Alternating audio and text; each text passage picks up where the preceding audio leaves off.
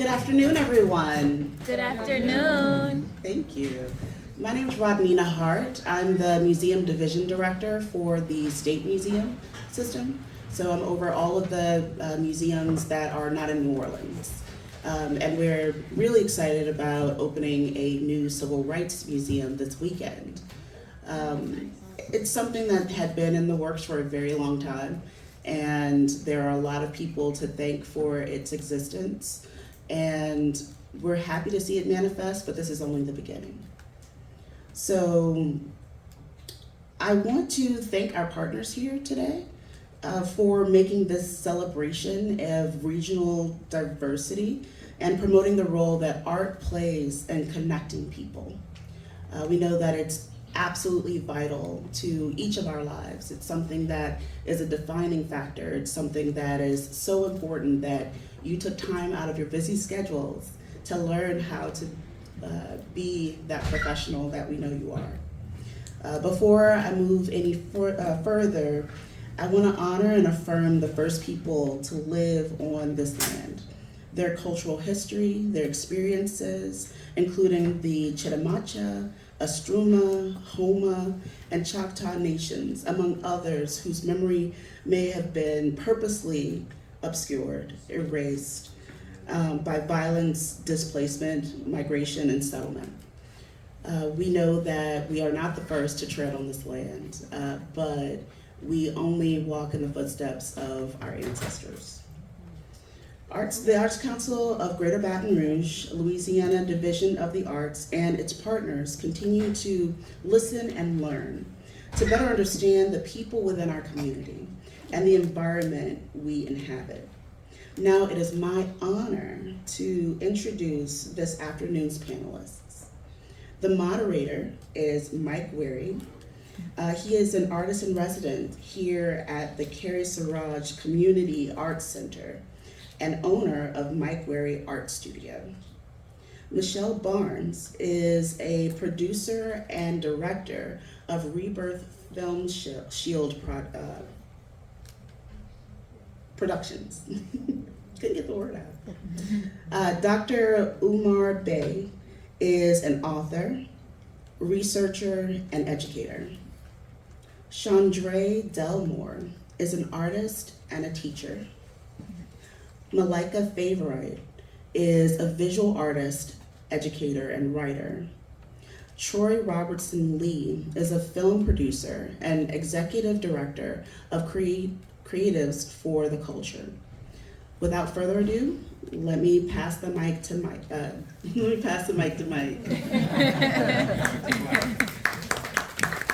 Thank you, Rodney. Welcome, everyone here and those who traveled from around the state and the country to the Arts Summit's panel discussion on the Black Creatives Block, Breaking Barriers, Inspiring Brilliance. My name is Mike Weary. I'm an artist here at the Arts Council. I'm in the little dungeon over there, creating all day and night. So before I start, I just want to apologize if it looks like I'm pausing or squinting. I'm raising a little artist, and on some of my notes, my son drew some stuff, so I'm kind of looking around things, so I apologize in advance. So what's the Creative Block Elevate program? It's a membership-based strategic program that will address the issues Black creatives from all artistic genres face. Hands-on workshops in mindset and health and wellness, mentorship classes in skill set development, media training, marketing, branding, financial literacy, legal, copyright and trademarks, identifying funding resources, accountability, scalability. In addition to Elevate, we also have The Corner, which you've been seeing playing here behind me, footage. The Corner is every first Sunday of every month. The Black Creatives Block hosts professionally filmed public showcases on location here at the Carrie Siraj Community Arts Center. It highlights exceptional Black creatives in all artistic genres. So I'll start it off. Troy, I'll start with you. why do we need the Black Creatives Block, and why do we need Elevate, and why do we need the corner? We need the corner because as a creative, there was always a void. We didn't have anywhere to go. We wanted to perform. We wanted to be seen. It was like if I didn't have any money, it was like, okay, I need to ask my family, like, is there like a space that we could use so that we could sing or dance or whatever? And they were like, well, let me ask this person, let me ask that person. It just never came to fruition. So what I wanted to do was address those needs, because I know for years it was where I was kind of pillar to post, and I knew other creatives that was always looking for spaces, but they didn't have the money to, you know, get a venue that's $500 or $1,500 for like 2 hours. And then they didn't know if someone was gonna show up, so then they couldn't recoup that money. So I reached out to the Arts Council, and Ms. Renee was very receptive to supporting my idea to bring us all together, have a space that we could all come together, support one another, showcase our talent. We, as you said, we film it, we put it out on YouTube, put it out on social media. We ask the creatives to also share with their community so that they can have a safe space to come, and a space that they can invite their family and friends to come out. I don't charge them, and it's just a way to get things out that's creative. You know, you're at home and it's like nobody's there supporting me, and we wanted to build that community. So And it emphasizes like mentorship and development. Everything, yeah. We have the corner, but then we have the educational component that we are bringing in mentors. We're having those conversations, one-on-one conversations, connecting people. So basically, I like to call myself a connector of the people. So it's like I listen to the needs of our creatives, and I do everything I can to reach out to my resources and the resources that I'm continually building, so that we can kind of wrap around our creatives, because most people don't have access to people with, a large, like the Arts Council is cemented in its community. So when I would talk to other Black creatives specifically, most of them didn't know the Arts Council even existed, or they said they didn't know that they were allowed to even come in here. So that was an issue. So I'm also trying to work, to knock down those barriers. 100%. And in talking about the corner, we do want to introduce our poet tonight, Shay Gibson, Sister Shay. She's going to do a little something for us, and you've seen her right here in the back doing her thing, so let's give it up for Sister Shay.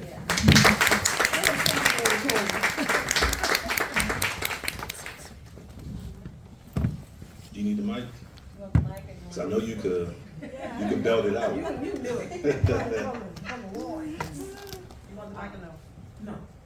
I'm just trying to see my voice. You can stand right in. Stand right. Hello. Hello. Can y'all hear me pretty good? Mm-hmm. I'm gonna get louder in a minute.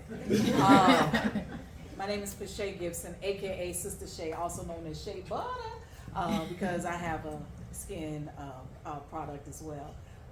But it's been a blessing to just be here, supporting my sister Troy, and supporting everybody that's on this platform. You guys, this is an amazing group of people, and we welcome all artists, all art form, especially you have a passion for it and you have a heart for it. We're here for it. So, okay, so I'm gonna do this piece. Ironically, I'm all in the background. That was not planned. So this piece is dedicated to everybody here. It's called Art, It's in Me. From the depths of my soul, the masterpieces within me is something to behold. Boldly bask in the beauty of my light. Let your light show the complexity of me. Expressively, me. Traditionally, art is intentionally endowed by the makers, usually perceptual or reflecting exceptional, defined as a degree of aesthetic interest. Interestingly enough, I was created on purpose with a purpose, for the purpose of serving notice from my creator, that I am perfectly sculpted to be an artistic vessel. I am art, and art is in me. From scripture to sculpture, from color to culture, I'm the poetic portrait of wordsmith watercolors. I'm the articulate audible acrylic piece, poems and prose of overtures rhythmically flowing on the oils of evolution. Artistic revolution is the solution to executing the perfect piece of peace. Escape with me to the land of non-conventional consciousness. A canvas of creative consonance, complementing conception of art. God set me apart from the norm. Abstract art and poetic motion. I'm the chromatic collage of my maker. I'm the artist's proof of his art. Though some were hoping for an open edition, he is the limited edition that cannot be replicated, duplicated, or imitated. He is art, and art is in me. Figuratively speaking, he helps me compose compositions that demand for you to listen.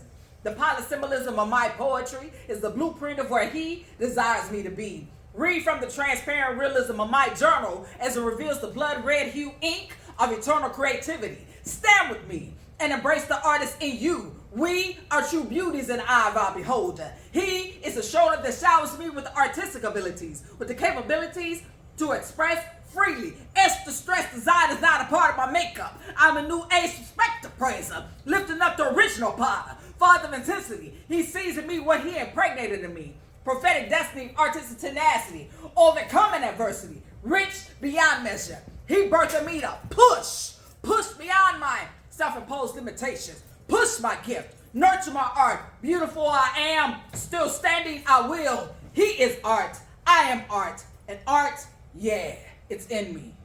Yeah.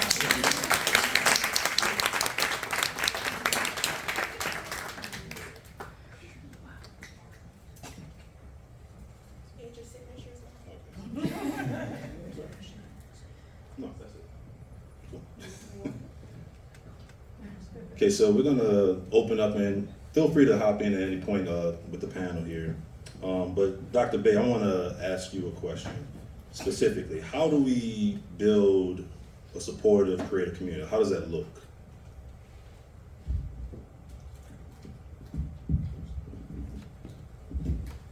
Okay, how do you build a supportive creative community, right? Mhm. First, you have to have a place. We have a place now. Now you have to have relationships built with the artists and the what do you call them?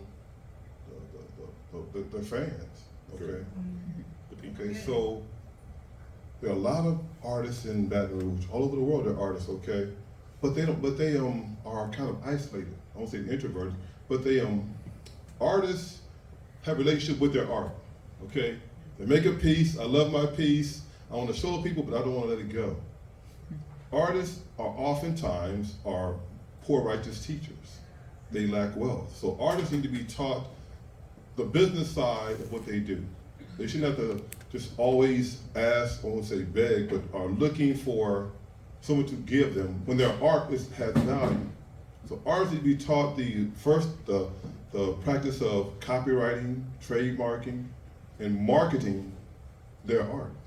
So you need to create a community here, institution here, where the artists can come in here, feel comfortable doing their thing. If it's spoken word, if it's sculpting, painting, writing, whatever it is, a place to do that, and then have mentors, experts around to show them how to now monetize what they have. Because the biggest obstacle we talk about opportunity is the lack of resources, and their art is their greatest resource.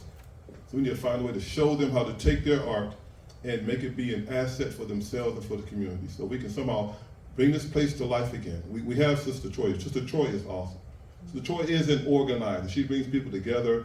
She was the last person to take Cortana Mall and put it to good use, okay? She had a giant business summit in Cortana Mall before they reverted to Amazon, and she's been always building relationships with people in the film world, in the art world, in the education world. I've known her for quite a while. She's always putting people together and inviting people to come in. So Sister Troy is great if you can get with her.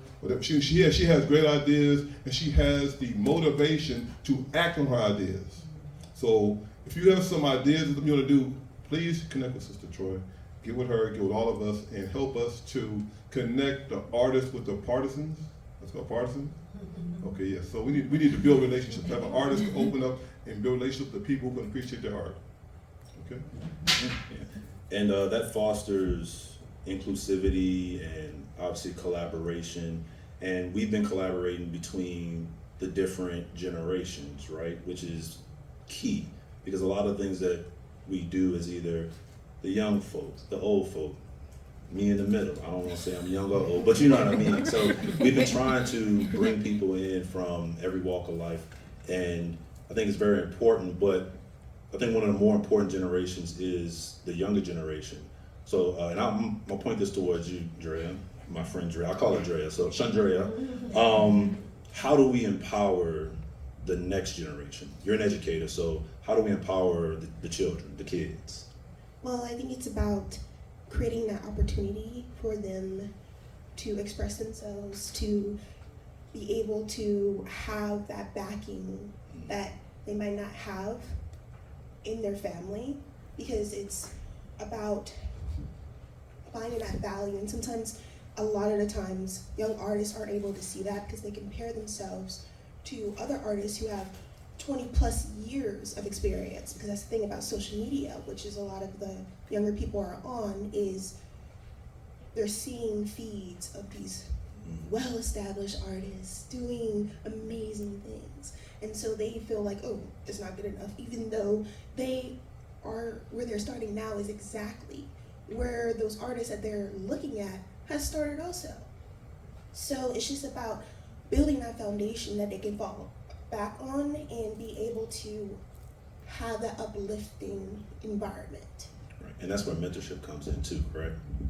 Okay, yeah, that's, and I will say, just to comment on that, being an artist that's been painting for about 20 years, I felt that too when I was younger, where I see artists that are older than me and I go, there's no way I can even reach that height.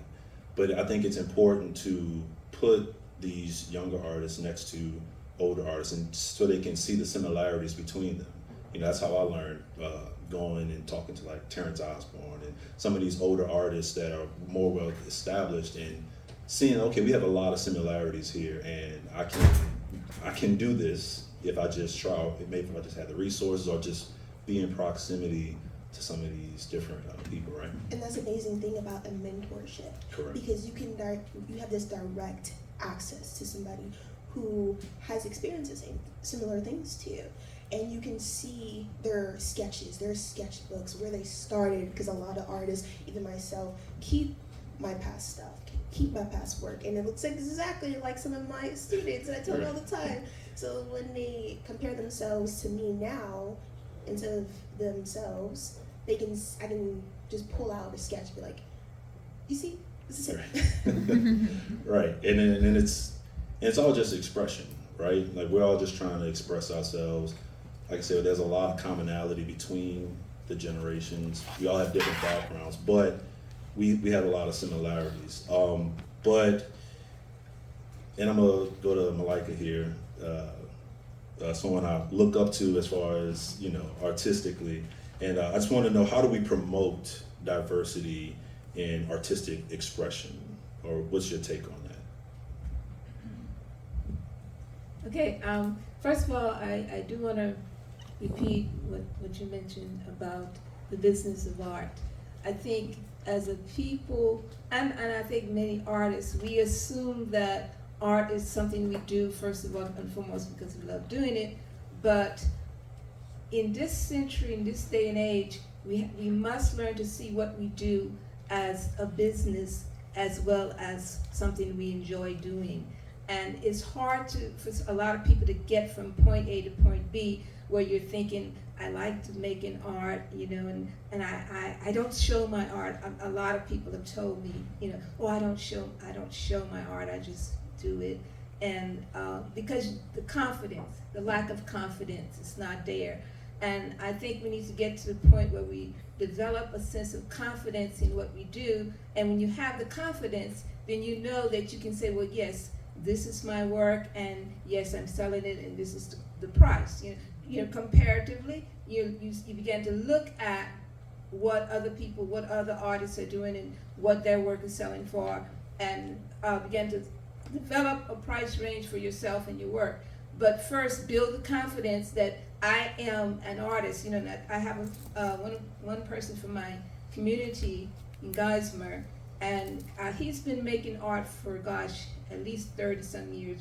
But he he'll do things for, like, say for instance, if someone says, well, I'd like a little painting on the wall here, he'll do that, but he's still saying, I do some art every now and then. But it's that I'm still not sure, that lack of confidence. I said, no, you got to start saying, I am an artist. I am an artist. I am a poet. I am a writer. So we must assert who we are. We don't wait for someone else to say, well, I think she does this, or maybe she does it. You have to say it yourself, and you have to push for yourself and advocate for yourself. And then other people began to respect you because you are respecting yourself.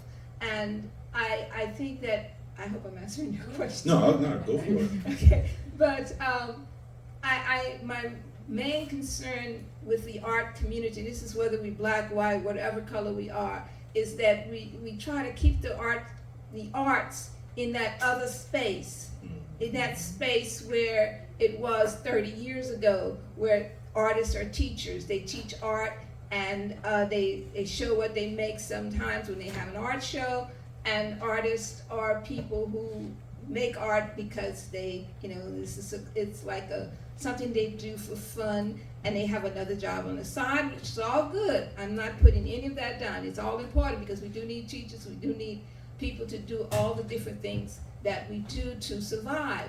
But we also need to get to the point where we see art as a business, just like we see a person who is a chef or someone who has started a business or whatever entrepreneurship you're working on, that you're accepted, you're respected. If someone says, well, I make soap, then you are, that is your profession. That is a serious genre. That's something that you expect people to take seriously about you because you have decided that this is a profession for me. So I think we need to get the arts out of the corner where it is a hobby and put it into, this is a craft, this is a profession, this is what I do. So if you want to be a serious artist, if you consider yourself a serious artist, and this is where you want to go, then you need to automatically decide, I am an artist. Now, don't say, well, I make pictures, I do paintings on the side. I am an artist. So when you assert that, it's good for you, and it's good for the people who you're talking to, and it's good for the young people to know, well, this person is an artist. That's what she told me. She's an artist. So we have to make that assertion and claim our heritage, claim who we are, and then other people will recognize that and respect it. Sorry. Good. I think that's important. That's important because in order to build an artist community, they have to first identify as artists, right? And that could be painters, that could be musicians, that could be business owners, because it's still creative spaces where people have to create something, from nothing, right?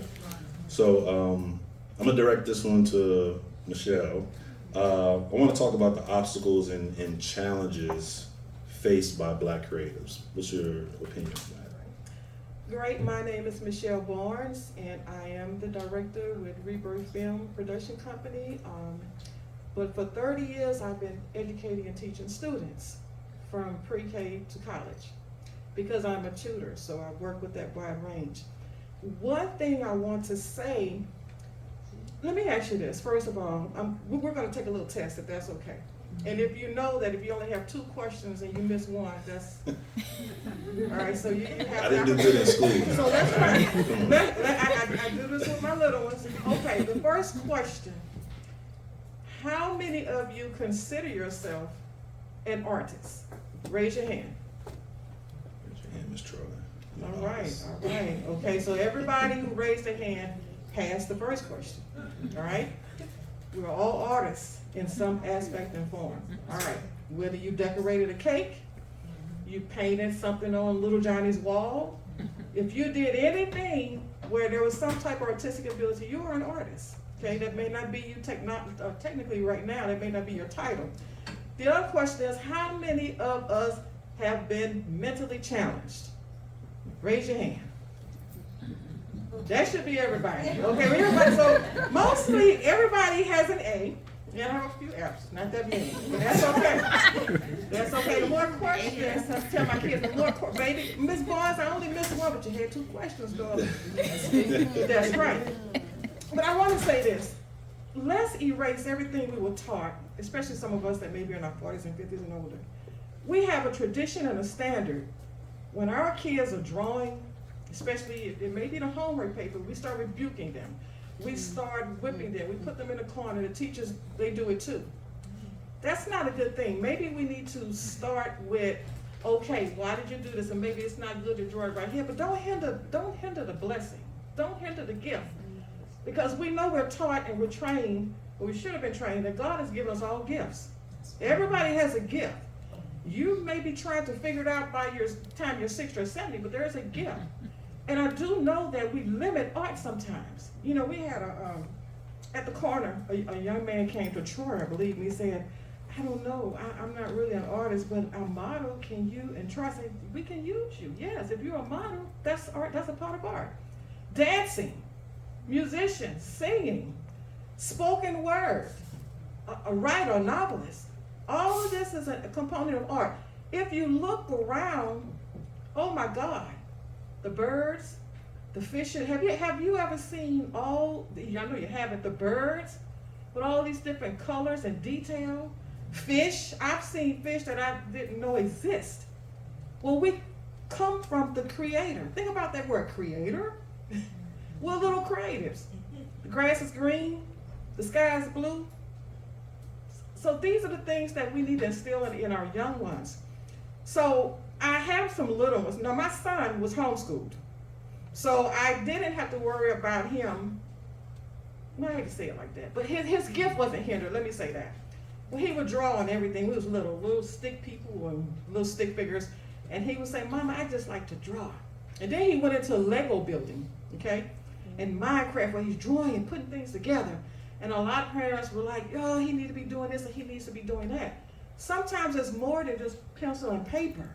You know, because what you're doing, you're pushing that child away from what the real gift or talent may be. Make a long story short, with my son, he's 18 now, he's a gifted artist, and Troy can tell you when he was 11 years old, we were at the library, and we had a display, and 4 people came to me and asked me could they hire my son to do their architecture, whatever it was, and he was only 11 years old. But if I had stopped that production and hindered him, I just kept saying, baby, yes, you can, do what you want to do. There's so many components and aspects of what we're doing to help people. With the mental challenging part of it, if you look at society and what we're going through today, there's a lot going on. It's sad, it's dark, it makes you angry, it makes you cry. Art is therapeutic. Look at Van Gogh. How many of you know about Van Gogh? Okay. Nikki Giovanni, how many know Nikki Giovanni? Nikki Giovanni would write, and she would write from her frustration, and she would write from what she was dealing with back in that era with the racism. She's an activist, she's a poet. But later, it evolved to where she wrote another book where why she was so effective was because of what she was going on eternally at home. And what she was going through eternally at home was the fact that her father was so abusive to her mother. She was at a point where she was going to hurt her father, so she left and went to stay with her grandparents. And one of her latter books is called A Good Cry. She held all that in, and because she held all that in, she was hurt, she was grieved, but the effect was, the weapon was the art. She was able to write, she was able to quote poetry like nobody else could. And with this last book, she's letting it out, all the hurt and pain. And so now that book has become effective. You look at great artists like Michael Jackson. He was dealing with mental challenges. He didn't have the average life of a young child his age. And one of the things he said in the documentary, he said when he was a little boy, he said, I got so much going on in my head, I just can't take it. He said, but I got all these stories. I got to write. And because of what he was going through, that pain and agony, again, his gift was therapeutic. And one of my favorite artists, Troy knows, James Baldwin. How many of you know James Baldwin? Read his books. Okay. James became one of the most effective, impactful novelists because of what he was going through. the racism and all the other social negatives that was going on back then, he actually left and went to France. He said he had to leave because he felt free, but he felt that he had let his people down, so he would come back. He would write his books and he would come back. He became so effective even when he was just orator talking and speaking, but it came from an essence deep down inside, that gift. You know, he was able to expand through the therapeutic part of it. What we're doing, I say that to say this, just kind of build up and bring it back to the corner and the creative block. When Troy and I this summer, we were at BRCC, and we met a lot of young people that was gifted. And we interviewed them, and they were going through so much. Oh my God, if you heard the stories, you know, you think you're going through something, they're going through. They were going through some stuff, and some of it was scary. And we then said we wanted to open up an opportunity for people who are hurting, Black people in the community, who don't know where to go or what to do, can come and showcase their work. And it's limitless. Whatever it is you do, whatever art form, you can come to the corner and it can be showcased. There is screening, there is vetting, then we have the creative block, where of course you will learn how to get your, whether it's a production or whatever it is, a publication, whatever it is you're trying to do, we will help you get it out. Now the thing I want to say this, and I'm not gonna talk a long time. When I started producing with my film, we get excited when we do something artistic. You go, oh, this is great. We show everybody. So my first trailer, I took it to a gentleman who was seasoned in the city. He had worked on it. He was at one of the television stations. He had his own broadcast show. So I went to him. That was Scott Lewis. And I showed him, and I wanted him to go, oh, this was years ago. He said, I wanted him to go, ooh, I like that. He liked it, but the first thing he asked me was, what about distribution? He said, you should have done that first. How you gonna distribute? He said, what's your marketing strategy? I didn't care. I just wanted to show people what I did, but I learned the hard way because it was kind of backwards. One thing you want to do, and that's what we're trying to do, evolve and have people come in to learn that part and that aspect. I mean, it could be great, but if you're stagnant and you're not going anywhere with it, then you're just stagnant. You're not going anywhere. So we want people to come and learn, you know, imagery, branding, how to facilitate and get it from point A to point B, instead of just saying, you know, I do this at home, I do that. That's the aspect, that's the component, that's what we want to bring to our local community. And again, it's something that we want everyone to look into. We want everyone to consider. If you feel that you have an art or God has given you a gift, then we are here. We're here for you. Not for us, but for you. One last thing I want to say before I close this. I know I can talk a long time. Keep it going. Again, it's so important. It's so important to identify, and especially if you have young ones around, it's so important to help them to recognize what their gifts and their talents are. And I just want to recognize a young man who's also gifted and talented, and he did a lot when he was very young. We're going to ask Mr. Elijah to stand up. Yes. Elijah started having patents and books, and he started college when you were how old? I was 11. Yes. You probably saw the articles and everything on the news. Yeah.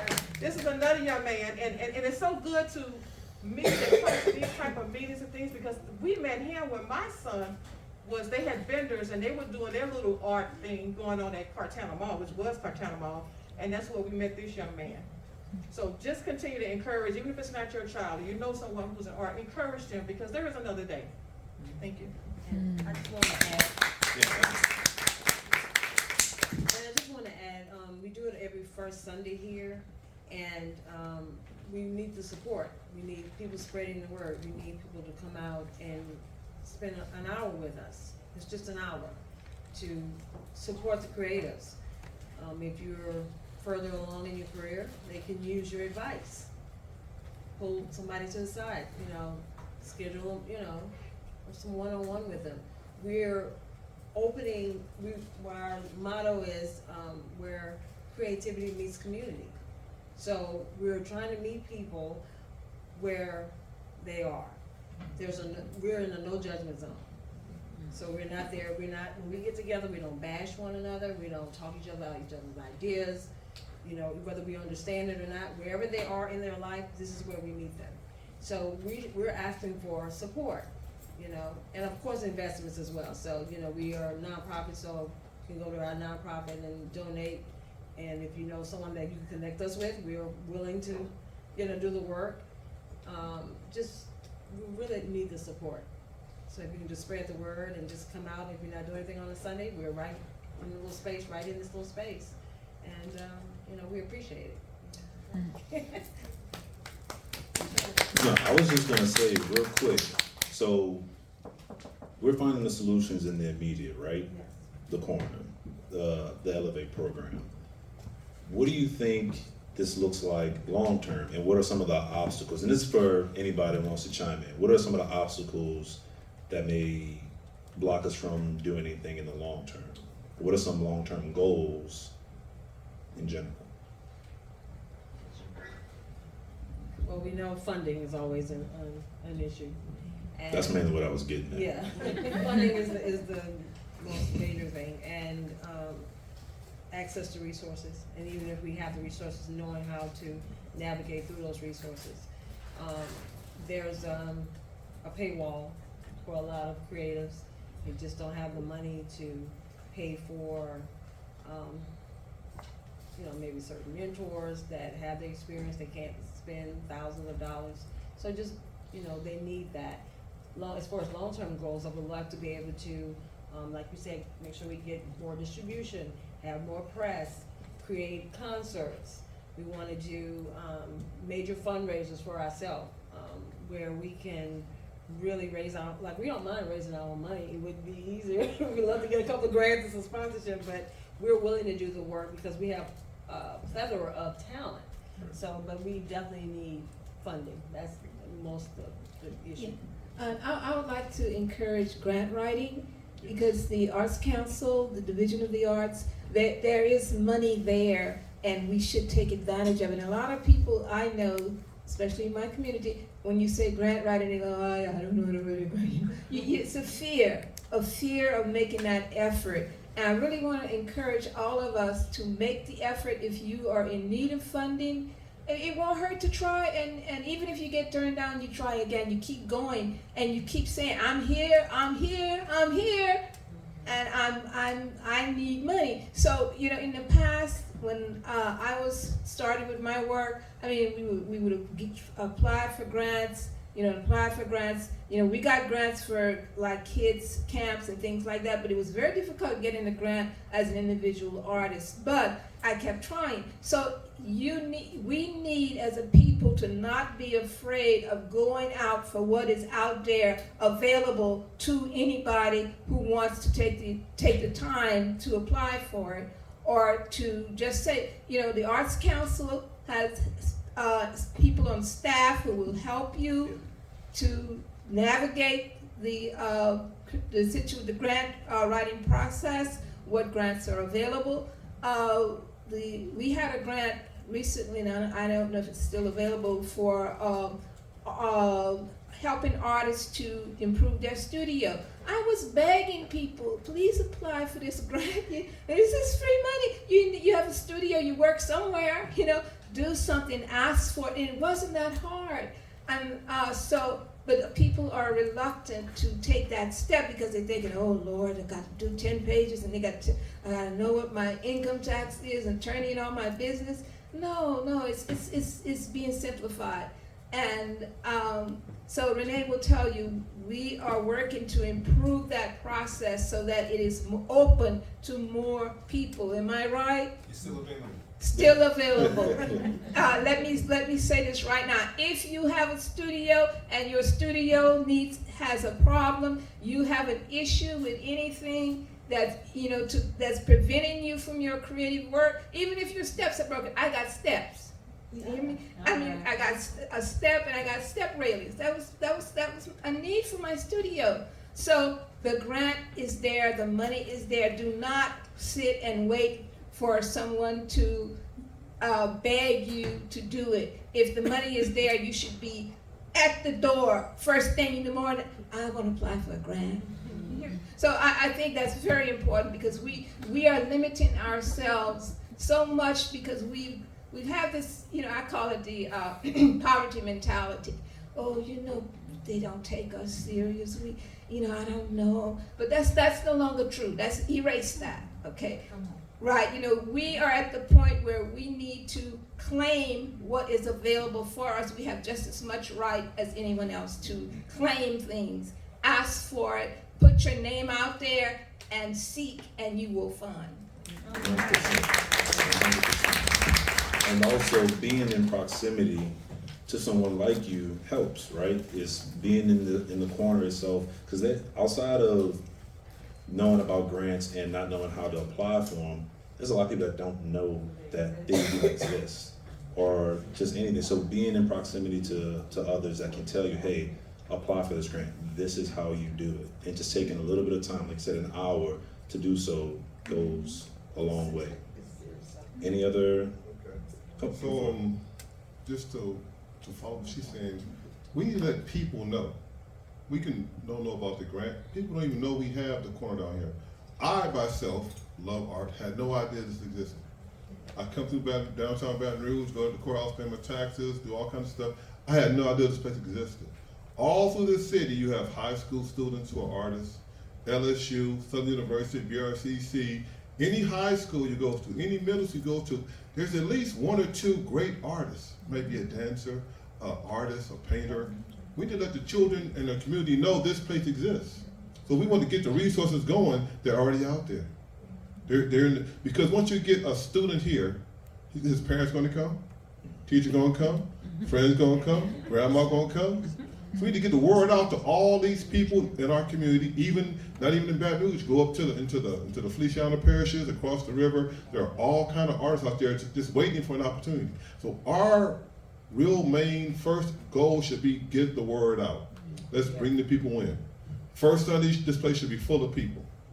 Bringing in to say their poem, sing their song, show their art. Our goal should be to get the word out and let as many people know as possible. They're all kind of, I told them, NPR radio. You have all these different communication avenues to go out and get the word out that this place exists. We're here. Bring your talent, bring your friends, bring your sentiments. You say the poor righteous artist idea is true, because artists are doing their thing from a spiritual sense. They go into art not because I'm trying to get money, but in the end they need what? Some money. Okay, they have it in their own hands. So I have something called the Black Invention Museum. I deal with a lot of inventors. I'm trying to encourage all of them, go get a patent. Trademark your work. Oh, I don't want to trademark. Okay, so I have inventors who invented stuff, and they see their stuff out there. Oh, that guy stole my idea. No, they didn't. It's not your idea until you get a patent or get a trademark or some document, copyright what you did, and let it be known it's yours. You're so modest, so humble, so broke. Okay? You got us there. I think most importantly, what we're trying to do here is create a home and a good foundation for artists in all aspects of life to understand their worth, and also learn every tool that you need to be a proper artist and make it a career, where like from financial literacy, pricing work in services. Yes, Ms. Shay? Yeah, okay, so, as an artist like everybody else that's on this panel, I remember in 5th grade, you get the question, I know it's sooner now, but back in the day, it was in 5th grade where they asked you, what do you want to be when you grow up? Well, my answer was I wanted to be an artist. The teacher that was teaching our class, because at that year, I think we had like 6 teachers. She looked at me and said, that's not a real occupation. And that crushed my soul. I remember that. I mean, here I am now, I'm 54, and I can still remember me being in 5th grade, getting that answer. And I remember going home and, well, let me back up. She was saying, oh, you need to look at something like, you need to look at architecture, you need to look at this, you need to look at that. So I remember coming home and I told my mom was livid that a teacher looked me right in my face in front of all of my peers and told me that's not a real occupation.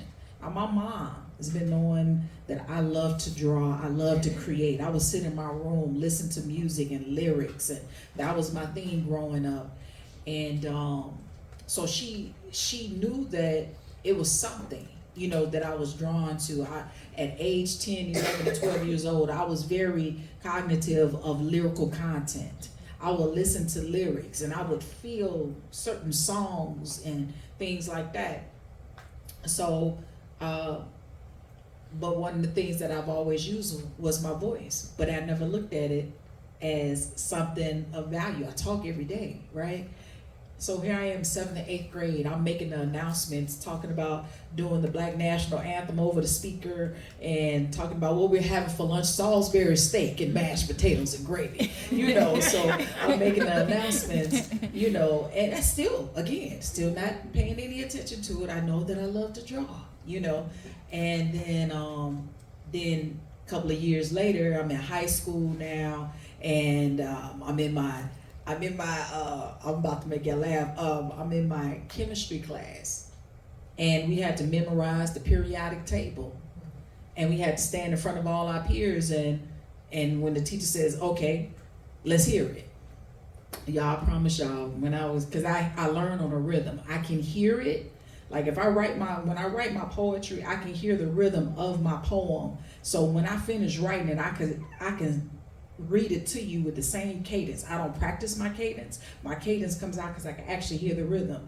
So when I was listening, saying the chemicals, you know, for the periodic table, I could hear the rhythm.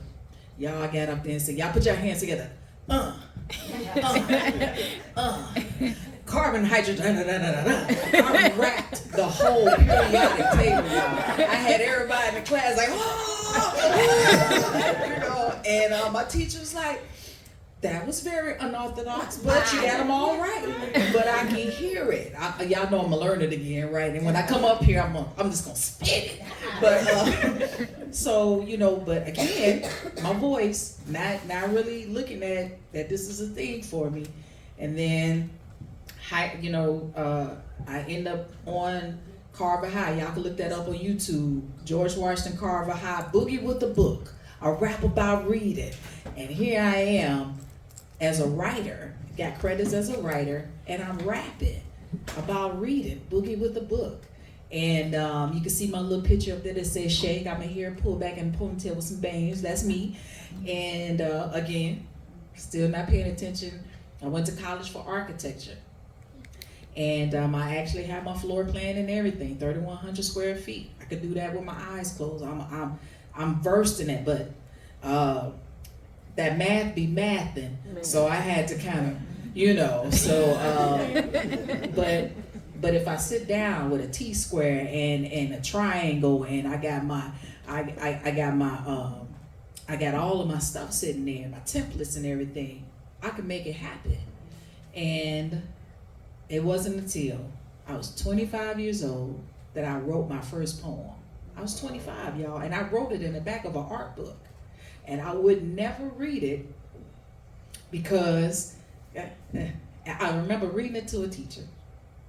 It was a Caucasian teacher, and I didn't read it to him, he read it. He looked at it and said, "Oh, that's copywritten, that's plagiarized. No, you didn't write that." I closed my book up.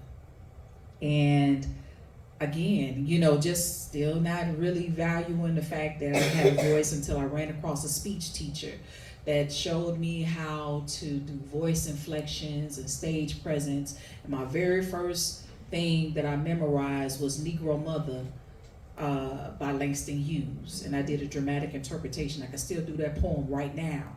And I can still remember, her, you know, coaching me on dialect and speaking and articulation and just really engulfing. And so I actually remembered that, and so I used that to help me with my craft. And but I guess it really didn't hit until I got into the talent show in Baton Rouge years ago. First poet in the poll.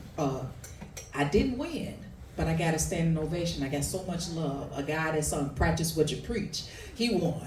You know, and but you know, I got so much love, and I was just like, man, that was awesome. But I wasn't doing my poem yet. I was still doing Negro Mother by Langston Hughes.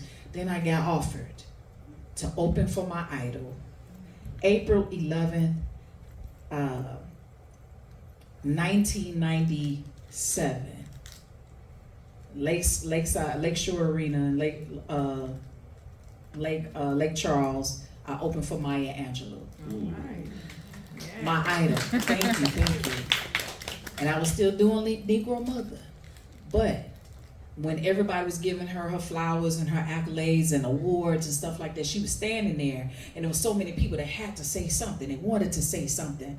And so she was like, "Can I sit down?" And he was like, "Yeah." So she's coming back towards us. And I was like, "Oh my God, that's Maya Angelou."